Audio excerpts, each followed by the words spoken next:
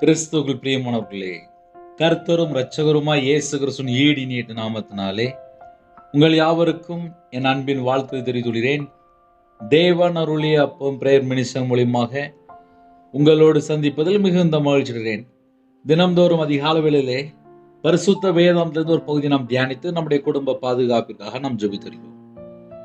அதிகாலை வேளையில அபிஷேகங்களை பெற்றுக்கொள்ள, தேவனுடைய கிருபை பெற்றுக்கொள்ள புதிய நாளிலும் கர்த்தருடைய பிள்ளைகள் கேளுங்கள். மத்தேயு சுவிசேஷம் 26 அதிகாரம் 31, 32 ஆகிய வசனங்கள். அப்பொழுது இயேசு அவர்களை நோக்கி, மேய்ப்பனை வெட்டுவேன், மந்தையின் ஆடுகள் சிதறடிக்கப்படும் என்று எழுதியிருக்கிறபடி இந்த ராத்திரியிலே நீங்கள் எல்லாரும் என்னை நிமித்தம் இடறல் அடைவீர்கள். ஆகிலும் நான் உயிர் தெழுந்த பின்பு உங்களுக்கு முன்னே கலிலேயாவுக்கு போவேன் என்றார். ஹல்லேலூயா. கிறிஸ்துவுக்குள் பிரியமானவர்களே, முக்கியமான கருத்து மட்டும் நம்ம தியானித்து ஜெபிக்க போகிறோம். இயேசு சீசர்களை நோக்கி, மேய்ப்பனை வெட்டுவேன், மந்தையின் ஆடுகள் சிதறடிக்கப்படும் என்று எழுதியிருக்கிறபடி. இயேசு கிறிஸ்து நல்ல மேய்ப்பனாக, நமக்கு நல்ல போதகராக, நமக்கு முன்மாதிரியாக இருக்கிறார். நல்ல மேய்ப்பன், நல்ல போதகர், எல்லாமே நமக்கு அவர்தான். இந்த காலவேளையிலே மேய்ப்பனை வெட்டுவேன், தீர்க்க தரிசன வார்த்தை நிறைவேறுகிறது. மேய்ப்பனை வெட்டுவேன், மந்தையின் ஆடுகள் சிதறடிக்கப்படும் என்று எழுதியிருக்கிறபடி இந்த ராத்திரியிலே நீங்கள் எல்லாரும் என்னை நிமித்தம் இடறல் அடைவீர்கள். வியாழக்கிழமை நைட்டு, அதே போல இந்த ராத்திரியிலே நீங்கள் எல்லாரும் என்னை நிமித்தம் இடறல் அடைவீர்கள். அதே போல சீசரெல்லாம் தள்ளி போயிட்டாங்க. மேய்ப்பனை வெட்டுவேன். சிலுவையில் அடக்கம் பண்ணப்பட்ட பின்பு அவங்க ஒரே ஒரு காரியத்தை மாத்திரம், அந்த ஒரு காரியம் என்ன தெரியுமா? ஆகிலும் நான் உயிர் தெழுந்த பின்பு உங்களுக்கு முன்னே கலிலேயாவுக்கு போவேன் என்றார். அதே போல ஞாயிற்றுக்கிழமை காலை, இப்ப இன்னைக்கு சனிக்கிழமை, நாளை காலையில ஞாயிற்றுக்கிழமை, நான் உயிர் தெழுந்த பின்பு இயேசு கிறிஸ்து மரித்து அடக்கம் பண்ணப்பட்டு வேத வாக்கின்படி 3ஆம் நாள் உயிர் தெழுந்தார். நான் உயிர் தெழுந்த பின்பு உங்களுக்கு முன்னே, சீசர்களுக்கு முன்னே கலிலேயாவுக்கு போவேன் என்றார். இந்த வேத பகுதி இயேசு கிறிஸ்து உயிரோடு இருக்கும்போது சீசர்களிடத்தில் பேசின காரியங்கள். ஆனா அதனுடைய அர்த்தம் அவங்களுக்கு புரியல. இயேசு அவர்களை நோக்கி, மேய்ப்பனை வெட்டுவேன், மந்தையின் ஆடுகள் சிதறடிக்கப்படும். கூடயே இருக்கிறாங்க. ஆனா இந்த ராத்திரியிலே நீங்கள் எல்லாரும் என்னை நிமித்தம் இடறல் அடைவீர்கள். அதே போல நடந்துச்சு. அடுத்த வசனம், ஆகிலும் நான் உயிர் தெழுந்த பின்பு உங்களுக்கு முன்னே கலிலேயாவுக்கு போவேன் என்று. இன்னைக்கு சனிக்கிழமை, நாளை காலைல ஞாயிற்றுக்கிழமை. கர்த்தருடைய பிள்ளைகள் ஈஸ்டருக்கு எல்லாரும் காலைல சர்ச்சுக்கு போயிருவீங்க. இன்னைக்கு சனிக்கிழமை இந்த வேத பகுதி நம்ம தியானித்து இருக்கிறோம். யோவான் எழுதின சுவிசேஷம் 16ஆம் அதிகாரம் 32ஆம் வசனத்திலே, நீங்கள் சிதறுண்டு அவனவன் தன் தன் இடத்துக்கு போய் என்னை தனியே விட்டுவிடும் காலம் வரும், அது இப்பொழுது வந்திருக்கிறது. ஆனாலும் நான் தனித்திரேன், பிதா என்னுடனே கூட இருக்கிறார். 33ஆம் வசனத்திலே, என்னிடத்தில் உங்களுக்கு சமாதானம் உண்டாயிருக்கும் பொருட்டு இவைகளை உங்களுக்கு சொன்னேன். உலகத்தில் உங்களுக்கு உபத்திரம் உண்டு, ஆனாலும் திடன் கொள்ளுங்கள், நான் உலகத்தை ஜெயித்தேன் என்றார். இயேசு கிறிஸ்து உயிரோடு இருக்கும்போது சீசர்கிட்ட ஒன்னொன்னா சொல்லிட்டே வரார். அவருடைய மரணத்தை குறித்து, உயிர்த்தெழுதலை குறித்து எல்லாமே ஒன்னொன்னா சொல்லிட்டே வரார். இன்னைக்கு யோவானு சுவிசேஷம் 16ஆம் அதிகாரம் 32, 33 ஆகிய வசனங்கள், மத்தேயு சுவிசேஷம் 26ஆம் அதிகாரம் 31, 32 ஆகிய வசனங்கள். இந்த 2 வேத பகுதியுமே நம்ம எப்படி யோசித்து பார்க்கலாம் அப்படின்னா, இதோ நீங்கள் சிதறுண்டு, எல்லாரும் சிதறுண்டு, ஆடுகளைப் போல சிதறுண்டு, அவனவன் தன் தன் இடத்திற்கு போய், அதே போல போயிட்டாங்க.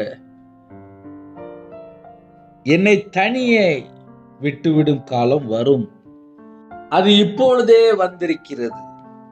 ஆனாலும் நான் தனித்திரேன், பிதா என்னுடனே கூட இருக்கிறார். என்னிடத்தில் உங்களுக்கு சமாதானம் உண்டாயிருக்கும் பொருட்டு இவைகளை உங்களுக்கு சொன்னேன். உலகத்தில் உங்களுக்கு உபத்திரம் உண்டு, ஆனாலும் திடன் கொள்ளுங்கள், நான் உலகத்தை ஜெயித்தேன். உலகத்தை ஜெயித்த இயேசு கிறிஸ்து 3ஆம் நாள் உயிர்த்தெழுந்து அநேக சீசர்களுக்கு தம்மை வெளிப்படுத்தி, 500க்கும் மேற்பட்டவர்களுக்கு வெளிப்படுத்தி, அதன் பின்பு பரலோகத்தில் எடுத்துக்கொள்ளப்படுகிறார். மீண்டும் நம்மளை அழைத்து கொண்டு வருவார். ஹல்லேலூயா. நான் உலகத்தை ஜெயித்தேன், நான் உலகத்தை ஜெயித்தேன், நான் உலகத்தை ஜெயித்தேன். இயேசு கிறிஸ்து உலகத்தை ஜெயித்தார். இது பொல்லாத உலகம். இந்த பொல்லாத உலகத்திலே நம்ம மக்கள் எங்கெல்லாமோ தேடி பார்ப்பாங்க, ஆனா நிம்மதி மட்டும் இருக்காது. ஆனா இயேசு கிறிஸ்து சீசர்கள்ட்ட சொல்லும்போது தெளிவா சொல்லிட்டார், என்னிடத்தில் உங்களுக்கு சமாதானம் உண்டாயிருக்கும் பொருட்டு. ஒரு மனுஷன் இயேசுட்ட வந்தால் சமாதானம். அவர் பேரே சமாதான பிரபு. சமாதானக்காரராகி சிலுவையில சிந்தின இரத்தத்தினாலே சமாதானத்தை உண்டாக்கி, என்னிடத்தில் உங்களுக்கு சமாதானம் உண்டாயிருக்கும்படி. ஒரு மனுஷன் இயேசுட்ட வந்தால் அவங்களுக்கு சமாதானம் உண்டு. இவைகளை உங்களுக்கு சொன்னேன், உலகத்தில் உங்களுக்கு உபத்திரம் உண்டு. என்கிட்ட ஒரு குடும்பத்திலே ஒரு சகோதரி பேசிட்டு இருந்தாங்க. அந்த சகோதரி பேசிட்டு இருக்கும்போது, அநேக காரியங்கள் பேசிட்டு இருக்கும்போது, ஒரே ஒரு காரியம் மட்டும் சொன்னேன், அன்பு கூறுங்க, எல்லா பிரச்சனையும் மாறிடும். அன்பு கூறுங்க, எல்லா பிரச்சனையும் மாறிடும். சில காரியம் உபத்திரமா இருக்கு, அதை எப்படி மேற்கொள்ளணும்? எவ்வளவு பெரிய பிரச்சனையா இருந்தாலும் சரி, இயேசு கிறிஸ்து பிதாவே இவர்களை மன்னியும். ஒரு மனுஷனுடைய இருதயத்துக்குள்ளே மன்னிக்கிற ஒரு இருதயமா இருக்குமானால் 90% பிரச்சனை முடிச்சிடலாம். இன்னைக்கு நிறைய குடும்பத்தில் இந்த கடைசி காலத்தில் அன்பை மட்டும் காணும். உலகத்தில் உங்களுக்கு உபத்திரம் உண்டு. இந்த உபத்திரம் அப்படின்னு சொல்லும்போது நிறைய பாயிண்ட் வரும். அது இனிமேல் வரக்கூடிய நாட்கள்ல நம்ம தியானிப்போம், நல்ல விவரமா தியானிப்போம். அதுக்கு தனி செய்தியே இருக்கு. உபத்திரம் அப்படின்னா எப்படிலாம் உபத்திரம் வரும். இந்த கடைசி காலத்துல நிறைய உபத்திரம் இருக்கு. தேசத்துக்குள்ள பஞ்சம், யுத்தம், கொள்ளை நோய், பூமி அதிர்ச்சி பல இடங்களில் உண்டாகும். இவைகளெல்லாம் வேதனைக்கு ஆரம்பம். எங்க பார்த்தாலும் தீமை நிறைந்த காலம். இந்த தீமை நிறைந்த காலத்திலே மனுஷன்ட போய் பல இடத்துல போய் பேசி பார்க்குறாங்க, சமாதானம் கிடைக்க மாட்டுக்கு. ஏன் கிடைக்க மாட்டுக்கு? ஒரு மனுஷன் தண்ணி அடிக்க போறான், கொஞ்ச நேரம் கழிச்சு மறுபடியும் வரும்போது புலம்பிட்டே தான் வரான். போகும்போதும் புலம்பிட்டே தான் வரான், வரும்போது புலம்பிட்டே தான் வரான். அப்போ போகும்போதும் புலம்பல், வரும்போதும் புலம்பல். அது எப்படிப்பட்ட புலம்பல் அப்படின்னா, அங்க போயாச்சு எனக்கு சமாதானம் கிடைக்குன்னு போவான். அது மிஞ்சி போனா கொஞ்ச நேரம் அது போதை உள்ள இருக்கிற வரையும் தான். அப்புறம் மறுபடியும் தன் நிலைமைக்கு திரும்பும்போது, அப்புறம் வீடு, மனைவி, அம்மா, அப்புறம் குடும்பம், அப்புறம் நான் தனியா இருக்கேனே, ஐயோ! நான் இப்படி ஒரு பாவத்துல இருக்கிறேன்னு சொல்லி உணரும்போது பார்த்தா, மறுபடியும் நிம்மதியா இருக்காது. இந்த கடைசி காலம் நெறைய ஜனங்களுக்குள்ள என்ன இல்லன்னா, நிம்மதி இல்ல. கர்த்தருடைய கிருபையினால 2016ல கையில பைபிள் எடுத்து வாசிக்க ஆரம்பிச்சேன். எப்பமெல்லாம் கையில பைபிள் எடுத்து வாசித்துட்டு இருப்பேனோ, மிகுந்த சமாதானம் வேதத்தை நேசிக்கிறவர்களுக்கு. அந்த கிருபை அதிகமா தந்தார். அதுக்காக என் தேவனை கோடான கோடி ஸ்தோத்திரங்கள் ஏறெடுக்கிறேன். என் கூட ஆவியானவர் இடைப்படும்போது சமாதானம். இந்த சமாதானம் ஒரு மனுஷனுடைய வாழ்க்கையில இருக்குமானால், அவங்க தான் ஆசீர்வதிக்கப்பட்டவர்கள். நிறைய குடும்பத்துல ஒரு 500 கோடி, ஒரு 1000 கோடி, ஒரு 5 கிலோ தங்கம், ஒரு 10 கிலோ தங்கம் வச்சா சமாதானம் சொல்லி நினைப்பாங்க. இயேசு என் கூட இருந்தால் எனக்கு ஆட்டோமேட்டிக்கா சமாதானம். கையில காசு இருக்கோ இல்லையோ, பணம் இருக்கோ இல்லையோ, நகை இருக்கோ இல்லையோ, சொத்து இருக்கோ இல்லையோ, என் கூட இயேசு இருந்தால் எனக்கு சமாதானம். இதுக்கு நான் ஒன்றும் ரொம்ப பெரிய விஷயம்லாம் செய்ய வேண்டிய தேவையில்லை. இயேசு கிறிஸ்து நம்முடைய பாவத்துக்காக நம்முடைய பாவங்களை சிலுவையின் மேல் சுமந்தார். பாவம் அறியாத அவர் நமக்காக பாவமானார். அவரை சொந்த இரட்சகராய் ஏற்றுக்கொண்டு அவருடைய வார்த்தையிலே நாம் நிலைத்திருக்கும் போது மிகுந்த கனி கொடுக்கிற பிள்ளைகள். அப்படி கனி கொடுக்கிற ஒரு குடும்பமா இருந்தால் கண்டிப்பா ஆசீர்வாதம். கண்டிப்பா ஆசீர்வாதம். உலகத்தில் உங்களுக்கு உபத்திரம் உண்டு. இந்த உலகத்தில் உங்களுக்கு உபத்திரம் உண்டு அப்படின்னா அது நிறைய பாயிண்ட்ல உள்ள வருது. ஒரு சில காரியங்களை வேணா சொல்றேன். அது உங்களுடைய ஆவிக்குரிய வாழ்க்கையில வளர்றதுக்கு பிரயோஜனமா இருக்கும். கூடயே இருக்கிற ஃப்ரெண்டு நம்பிக்கை துரோகம், அது ஒரு பெரிய உபத்திரமா மாறிடும். பக்கத்து வீட்டில் ரொம்ப வருஷமா பேசிட்டு இருப்பாங்க. திடீர்னு பார்த்தா அவங்களே போய் மாந்திரியம் வைக்கிறது, பில்லி சூனியம் பண்றது, ஏவல் பண்றது, தப்பா பேசுறது. இயேசு கூடயே இருந்த யூதாஸ் காரியத்து இயேசுவை காட்டி கொடுத்தோம்ல ஒரு 30 வெள்ளி காசுக்காக. அதே போல இந்த கடைசி காலத்துல ஜனங்கள் எப்படி பிரதர் இருக்கிறாங்க அப்படின்னா, பொறாமை. பக்கத்து வீட்டில் ஒரு வீடு கட்டிட்டான், ஒரு கார் வாங்கிட்டான், ஒரு வண்டி வாங்கிட்டான்னா ஒரு பொறாமை. அவங்க குடும்பம் நல்லா இருக்கு அப்படின்னு தெரிஞ்சா ஒரு பொறாமை. இயேசு மேல பொறாமை கொண்டார்கள். இந்த கடைசி காலத்துல என்ன நடக்கு அப்படின்னா பொறாமை. எங்க பார்த்தாலும் பொறாமை. அப்போ உலகத்துல உங்களுக்கு உபத்திரம் அப்படின்னா வேலை செய்யற இடத்துல ஒரு பொறாமை. மேல் போஸ்ட்ல இருப்பாங்க, அங்க ஒரு பொறாமை. குடும்பத்துக்குள்ளே 4 பேர்ல ஒரு ஆளு ஏதோ ஒரு காரியத்திலே அவன் நல்லா இருக்கிறானே அப்படின்னு சொல்லி அவன் மேல ஒரு பொறாமை. இது எல்லாமே உலகத்தில் உங்களுக்கு உபத்திரம் உண்டு.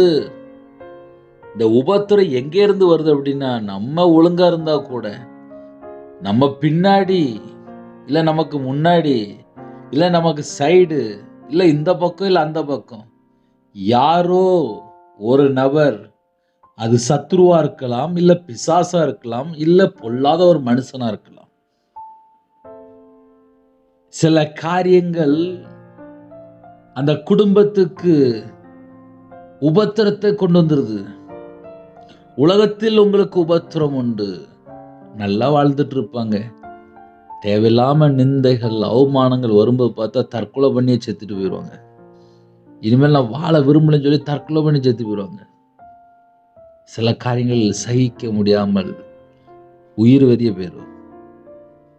எனக்கு ஒரு பிரச்சனை, பெரிய பிரச்சனை, வாழ்க்கையிலே பெரிய பிரச்சனை, அதான் எனக்கு பெரிய பிரச்சனை.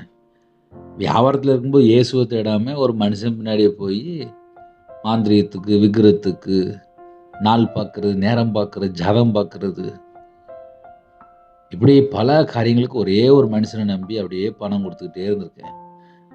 இதை நான் ஒரு தெளிவு வந்ததுக்கப்புறம் கணக்கு பார்க்கும்போது குறைஞ்சது ஒரு 13 லட்சம் கணக்கில் வந்துச்சு. 2008லேருந்து 2015 வரைய.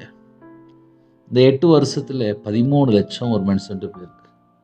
சரி, அந்த மனுஷன் மேல எனக்கு ஒரு கோபமோ ஒரு எரிச்சலோ வரல. ஏன்னா நான் கையில பைபிள் எடுத்து வாசிக்க ஆரம்பிச்சிட்டேன். 2015ல நான் கையில பைபிள் எடுத்து வாசிக்க ஆரம்பிச்சிட்டேன். அதான் எனக்கு தேவன் கொடுத்த கிஃப்ட். ரவிராஜ் 2026ல உயிரோட இருக்கு அப்படின்னா தேவன் எனக்கு ஒரு கிஃப்ட் கொடுத்தார். 1000 கோடி இருந்தாலும் பைபிளுக்கு அதுக்கு ஈடே வராது. ஒரு முழு உலகத்தை கொண்டு வந்து என் முன்னாடி வச்சுட்டு, எப்பா இந்த முழு உலகத்தையும் நான் உனக்கு தந்துட்டேன், நீ பைபிள் மட்டும் வாசிக்க கூடாது அப்படின்னா உலகம்லாம் காணாமல் போயிடும். நான் பேசாமல் பைபிள் வாசித்து நான் இருக்கிற இடத்துல ஏதோ ஒரு சின்ன குடும்பமாக வாழ்ந்துட்டு இருக்கேன், என்னைய விட்டுருங்க போயிட்டோங்க அப்படின்ட்டுருவேன். ஏன் அப்படின்னா நம்ம சாப்பிட்றது கொஞ்சோண்டு சாப்பாடு தானே, ஒரு நேரமோ 2 நேரமோ அவ்வளோதான். இந்த ஒரு நேரம் 2 நேரம் சாப்பிட்றதுக்கு இன்னைக்கு மனுஷன் எங்கெல்லாமோ ஓடுறான் ஓடுறான் ஓடுறான் ஓடுறான், நிம்மதி இல்லை. லட்சக்கணக்காக சம்பாதிக்கிறான், நிம்மதி இல்லை. கோடிக்கணக்கில் சம்பாதிக்கிறான், நிம்மதி இல்லை. பல கோடி வச்சிருக்கிறீங்க, அங்கே நிம்மதி இல்லை. உலகத்தில் உங்களுக்கு உபத்திரம் உண்டு. ஒரு 65 வயசு ஒரு தாயார் என்று ஜெபிக்க வந்தாங்க. அந்த தாயார் சொன்ன காரியம் எனக்கு இருதயத்துக்குள்ள அப்படியே பதிஞ்சிட்டு, சில நேரத்தில் செய்தி மூலியமா சில காரியங்கள் மூலியமா உங்களுக்கு சொல்ல வேண்டிய காரியம் உண்டு. அந்த பாட்டி கிட்டத்தட்ட ஒரு 1 கோடி ரூபாய்க்கு வீடு கட்டியிருக்கு. 1 கோடி ரூபா வீடு கட்டிட்டு அந்த பாட்டிக்கு ஒரு பெட்ரூம் உள்ளே எல்லாமே அட்டாச் எல்லாமே இருக்கு. ஒரு பையன், மருமக, வீட்டில் 2 பேர். அப்போ வீட்டில் இருக்கிற நபர் 4 பேர் ப்ளஸ் பாட்டியோடு சேர்த்து 5 பேர். இந்த பாட்டி இந்த ரூம்ல இருக்குமா? பையனும் பேச மாட்டானா, மருமகளும் பேச மாட்டாங்களாம். 2 பேரனும் பாட்டியை பார்க்க ரூமுக்குள்ள விட மாட்டாங்களாம். அந்த பாட்டி என்று சொன்னிச்சு, ஐயா உங்கள் செய்தியை நான் டெய்லி கேட்பேன். நான் இருக்கிற ரூமு ஒரு நரகம் மாதிரியே இருக்கு. 1 கோடி ரூபா செலவு பண்ணி வீடெல்லாம் கட்டி முடிச்சு, குடும்பத்தில் எந்த தட்டுப்பாடும் இல்லை. கார் இருக்கு, சொந்த வீடு இருக்கு, எல்லாமே இருக்கு. எல்லாமே வீட்டில் இருக்கு. A to Z எல்லாமே இருக்கு. ஆனால் நிம்மதியை மட்டும் காணும். அதுக்கப்புறம் என்ன நடந்துச்சுன்னு சொல்லி மறுபடியும் கேட்டேன். ஒரு 2-3 மாதம் உடனே என்ன பண்ணிட்டாங்க, ஒரு ஒத்திக்கு ஒரு வீடு எடுத்து அந்த வீட்டை விட்டு காலி பண்ணி போயிட்டாங்க. அந்த பாட்டி மட்டும், பையன், மருமகன், பேரம்லாம் அந்த வீட்டில் இருக்காங்க. உலகத்தில் உங்களுக்கு உபத்திரம் உண்டு. 1 கோடி ரூபா தாண்டி வீடை கட்டியாச்சு. ஆனால் அந்த வீட்டில் பேரன் இருக்கிறான், மருமகள் இருக்கிறாங்க, பையன் இருக்கிறான். அதே வீட்டில் தான் இருக்கான், உள்ளூரில் தான் இருக்கான். வீட்டில் 5 பேர். ஆனால் 4 பேர் அந்த 65 வயசு அம்மாட்ட பேச மாட்டாங்க. அந்த பாட்டி தான் வீடு கட்டியிருக்கு. எனக்கு இந்த வீடே வேண்டாம்ப்பா, நான் பேசாமல் ஒத்திக்கு ஒரு வீடு போகிறேன்னு சொல்லி போயிட்டு. அப்போ உலகத்தில் உங்களுக்கு உபத்திரம் உண்டு.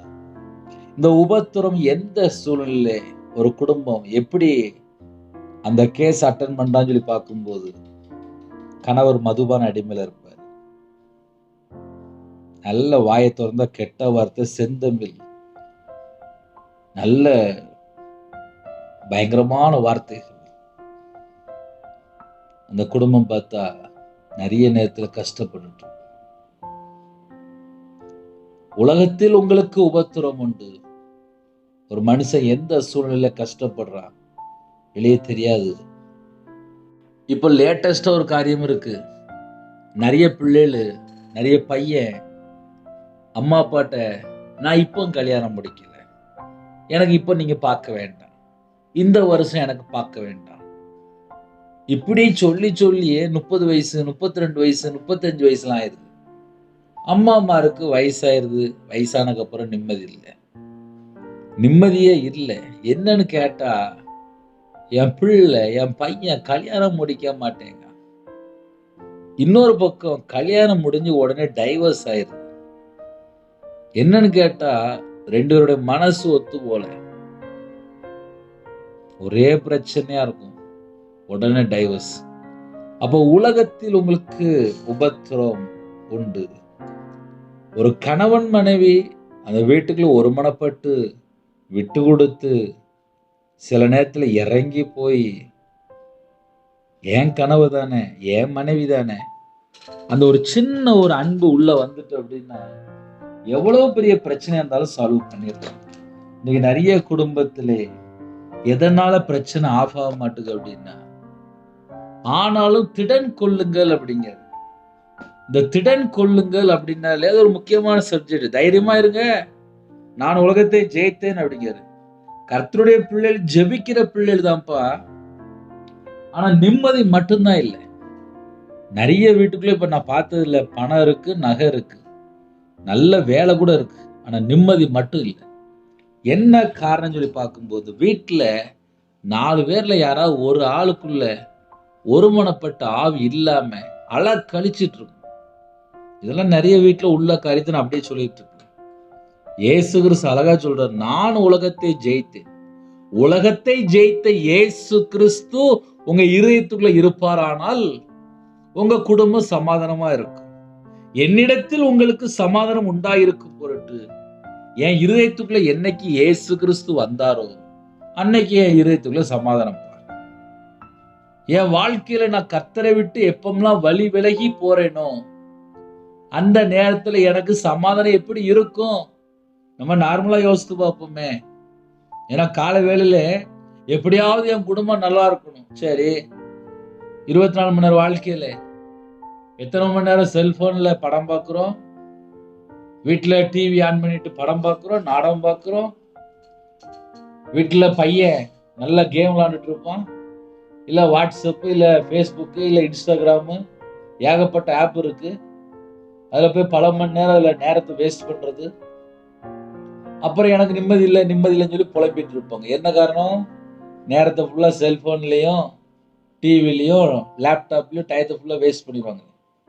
ஐயா, நல்லது இருக்கு, ஆனா எத்தனை குடும்பம் கெட்டதுல போய் கிடக்கு. அதனாலதான் அந்த வீட்டுக்குள்ள சமாதானம் இல்லை. ஒரு மனுஷனுடைய வாழ்க்கையில கர்த்தர் இருப்பாரானால் அவங்க இருதயத்துக்குள்ள சமாதானம் இருக்கும். உலகத்தில் உங்களுக்கு உபத்திரம் உண்டு. ஒரு மனுஷன் உலகத்தை திரும்பி பார்த்தாலே அவனுக்கு உபத்திரம் வந்துடும். நான் வியாபாரத்துல இருக்கும்போது வியாபாரத்துல நஷ்டம்.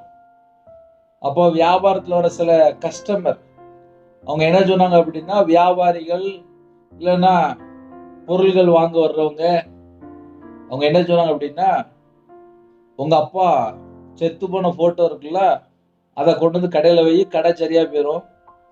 அப்புறம் ஜாதகம் பாரு, நேரம் பாரு, நாள் பாருன்னாங்க. சொன்னதெல்லாம் செஞ்சேன். 15 நாள்ல கடையை காணாம போயிட்டு. கர்த்தருடைய சத்தத்துக்கு செவி கொடுக்காமல் மனுஷனுடைய சத்தத்துக்கு செவி கொடுத்த வியாபாரம் காணாம போயிட்டு. ஆல்ரெடி ஒரு மனுஷனை நம்பி மாந்திரியத்துக்கு விற்கிறது 13 லட்சம் போயிட்டு. வியாபாரத்துல இருக்கும்போது யாரெல்லாம் என்னெல்லாம் சொன்னாங்களோ எல்லாருடைய பேச்சும் கேட்டேன். லாஸ்ட் ஒரு 50 லட்ச ரூபா 55 லட்ச ரூபா நஷ்டப்பட்டேன். இதை ஏன் உங்களுக்கு சொல்றேன் அப்படின்னா, ஒரு மனுஷன் கர்த்தரை விட்டு தள்ளி போகும்போது உபத்திரம் ஆட்டோமேட்டிக்கா வந்துடும். அதுக்குதான் ஒரே வார்த்தை சொல்லி முடிச்சிட்டாரு, உலகத்தில் உங்களுக்கு உபத்திரம் உண்டு.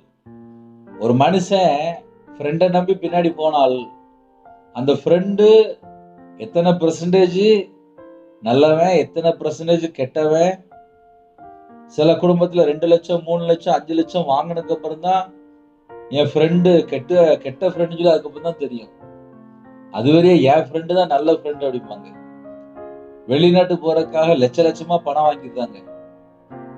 ஒரு கவர்மெண்ட் வேலைக்காக, ஒரு மேல் பதவிக்காக, ஒரு பெரிய பொசிஷனுக்காக பல லட்சங்கள் லஞ்சம், பரிதானம்.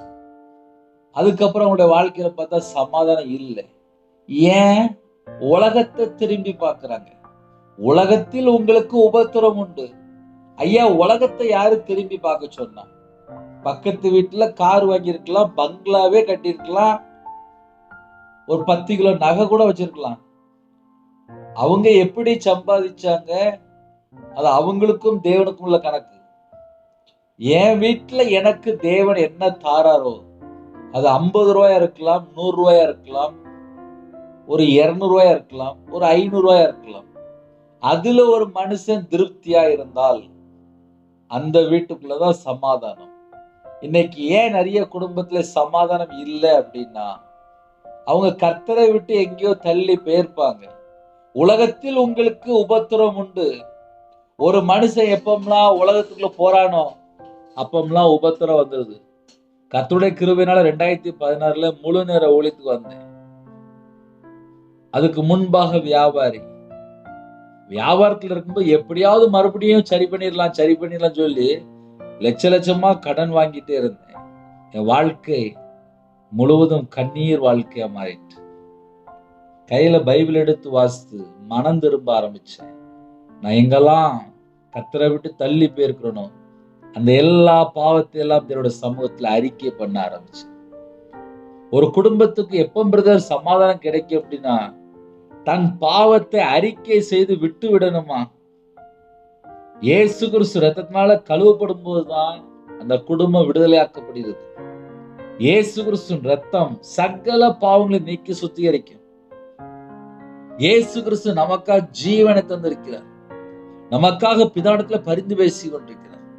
நம்ம இருதயத்துக்குள்ள உலகத்துள்ள எந்த ஒரு காரியமும் இருக்கக்கூடாது. இன்னைக்கு நிறையருடைய இருதயத்துக்குள்ள எது பிரச்சனை அப்படின்னா, உலகத்துடைய காரியம் இருதயத்துக்குள்ள இருக்கு.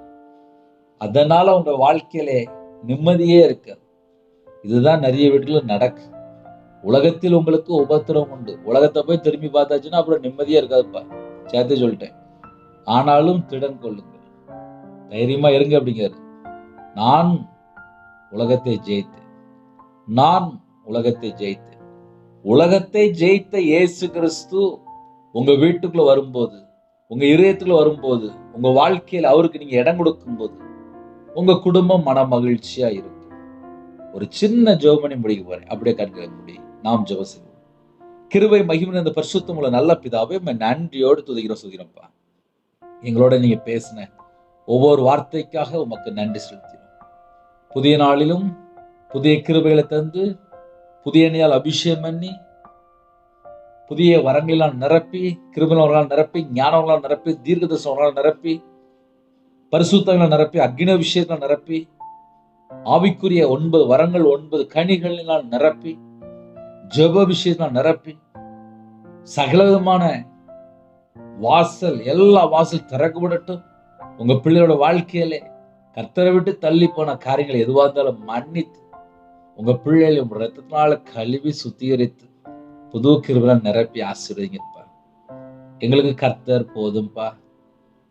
நாங்க உலகத்தை திரும்பி பார்த்து வியாகுலத்துல போய் சிக்கி கொள்ளக்கூடாது. எங்களுடைய தரிசனம் ஃபுல்லா பரலோகம் தான். இந்த உலகத்துல ஒண்ணுமே இல்லை, ஒண்ணுமே இல்லப்பா. எங்களுக்கு முன்மாதிரியாக நீங்க அநேக காரியங்கள் கற்றுக் கொடுத்துருக்கீங்க. உண்மை போல நாங்க மாறணும். அப்படிப்பட்ட கிருபை தாங்க. இந்த மாசத்தினுடைய தேவைகள் எல்லாவற்றையும் சந்திச்சிருங்க. அதிகமான வெயில் அடிப்பா. ஒவ்வொரு குடும்பத்துக்கும் பாதுகாப்பு தாங்க. வெளியில புறப்படுற எல்லா குடும்பத்துக்கும் பாதுகாப்பு தாங்க. உங்க பிள்ளைகளோட நீங்க புறப்பட்டு தாங்க, புறப்பட்டு போங்கப்பா. எல்லா குடும்பத்தையும் கர்த்தர் ஆசீர்வதிங்க. யாரெல்லாம் தங்களை தாழ்த்துறோம் அந்த குடும்பம் இயேசு கிறிஸ்துவின் ரத்தத்தினாலே, இயேசு கிறிஸ்து நாமத்தினால ஆசீர்வதிக்கப்படட்டும். சிறுபிள்ளை முதற்கொண்டு முதியோர் எல்லா குடும்பத்தையும் வேலையடைத்து ஆசிரியங்க. சரீரத்துல பலவீனத்தோடு படுத்த படுக்கையில, ஹாஸ்பிட்டல்ல, அவசர சிகிச்சையில எந்த இடத்துல இருக்கிறாங்களோ கர்த்தருடைய கரம் பிள்ளைகளை தொட்டு சுகமாக்கட்டும். எல்லா குடும்பத்தையும் கர்த்தர் வேலையடைத்து ஆசிரியங்க. அப்பிரயோஜனமான ஊழியக்காரப்பா, இணைந்திருக்கிற எல்லா குடும்பமும் ஆசிரியப்பட்டும்.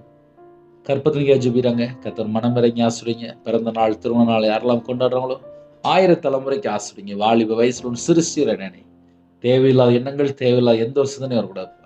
திருமணத்துக்கு ஆயத்தமா இருக்கிற குடும்பங்கள் இயேசு கிறிஸ்து நாமத்தில் ஆசீர்வதிக்கப்பட்டும். திருமணம் முடிந்ததுக்கு அப்புறம் எங்கெல்லாம் குறை இருக்கும், மனம் திரும்பி வாழ கர்த்தர் கிருபை செய்யுங்க. ஒவ்வொரு குடும்பமும் உங்களோட ரத்த கோட்டைகளை வேலடைத்து மூடி மறைத்து பாதுகாத்துங்க. இந்த நாளை எங்களுக்கு ஆசீர்வதித்தாங்க. கர்த்தர் பொறுப்படுத்துங்க. இயேசு கிறிஸ்து பிதாவே, ஆமென். தேவனுக்கு மகிமை உண்டதாக. கர்த்தர் தாமே உங்களை, உங்கள் குடும்பத்தையும் சகல காரியத்தையும் சம்பூர்ணமாக திருப்தியாக கர்த்தர் கொடுத்து ஆசீர்வதிப்பாராக. ஆமென்.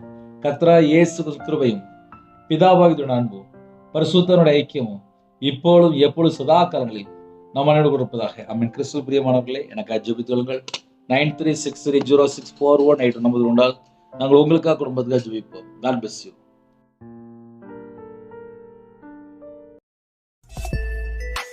Thanks for watching. Please subscribe our channel. Click the like and share. Click the bell. God bless you.